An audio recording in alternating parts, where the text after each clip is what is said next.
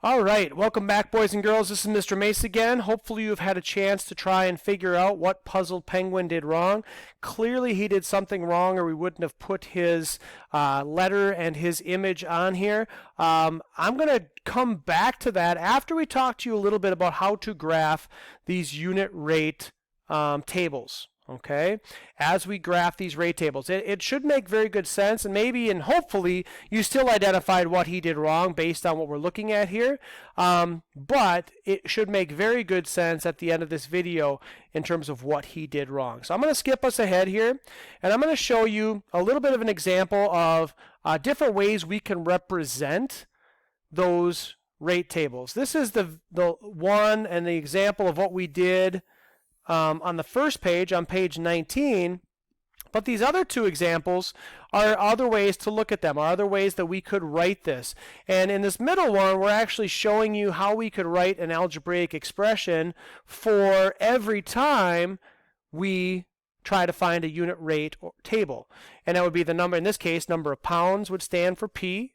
The rate itself, so in this case, we said it was $3 per, and that'll equal the total cost in dollars. It doesn't matter what number we plug in for P. It doesn't matter, well, in this case, we know the R stands for $3 because that was the unit rate for this table, but it's always going to equal the right amount, the total cost. All right, so I could plug in this case, let's come down here and say if I plug in a 4 for the 3, or 4 for the pounds, times that by 3, I know that that's going to cost me $12. Okay, so I'm using that knowledge to help me fill that chart out. I can go down here and use that same formula, that same algebraic expression, and realize that if something cost me $21 and I paid $3 for the rate per unit, that I could buy 7 units, in this case 7 pounds. Okay, another way to look at that would be to simply create the table like we did and actually put the multiplication symbol inside the table itself as well. Any of those are, and all of those are the same basic idea, the same basic rule of thumb. But we're going to skip ahead here to the actual graphing of it. Now, one thing, it's always nice to have a checkpoint. It's always nice to have kind of a reference point to make sure you are doing things correctly. And when we're graphing rate tables, one of those things that helps us to identify if we are doing something correctly or not is called the unit rate triangle. Okay, before we get into the unit rate triangles, however, I want to make sure we get some of these vocabulary terms down. So up here you can see that we have, when we are graphing, something called an ordered pair. And an ordered pair is always a combination of the x-axis or the x-coordinate and the y-coordinate. And those simply means those are the two things that we will meld together, blend together to find our location on this coordinate plane.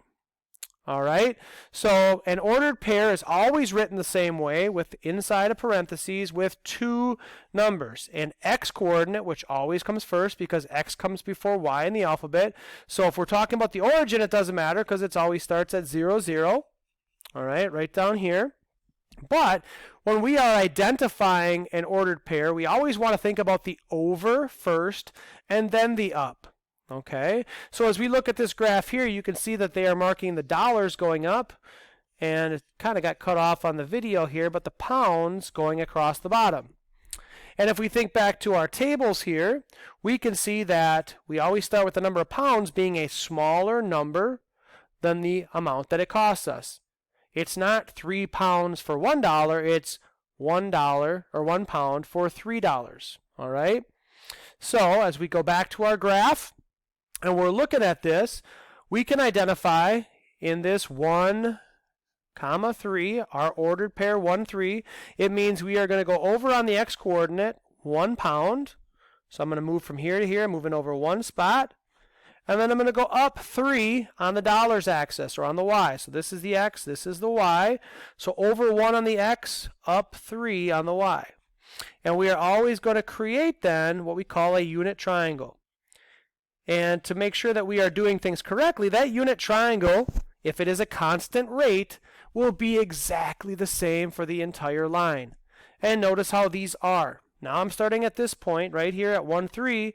I go over 1 and up 3 to get me to 2, 6. I've created this unit triangle, which is identical to this one.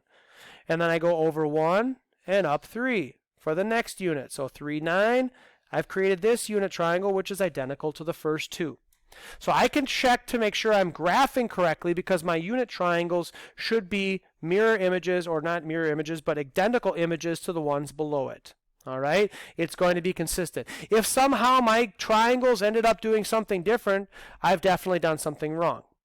Now, I will say that Puzzled Penguins, if I go all the way back to the beginning here, Puzzled Penguins unit triangles will look relatively the same as they were before, but they are much more what we call horizontal than vertical. And those unit triangles will almost always be vertical triangles. So that's where he really did something wrong. If we look at our numbers here, he went over 3 for the x and up 1.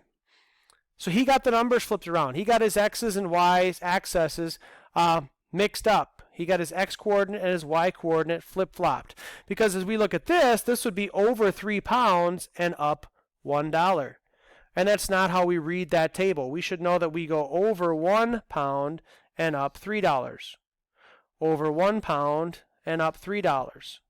All right, so that was the mistake that Puzzled Penguin made. He knows that his graph, it says, "Dear math students, I made this graph to show the first 3 rows from table 1. When I tried to draw the unit rate triangle, I realized that I did something wrong.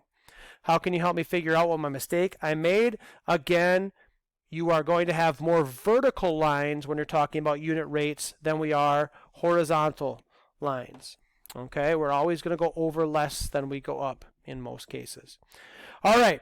Now, there is a small activity at the end of this. Please fill out the assignment, and I believe it's listed as assignment 1-6 or 1.6. Please do that to prove what you know. You can do that multiple times, but if you have any questions about something, make sure you're asking your teacher if there's something you didn't understand. Hopefully this is a relatively straightforward lesson for you, but this will lead us into more challenging concepts moving forward. Thank you very much for your time, and good luck with the rest of your assignment.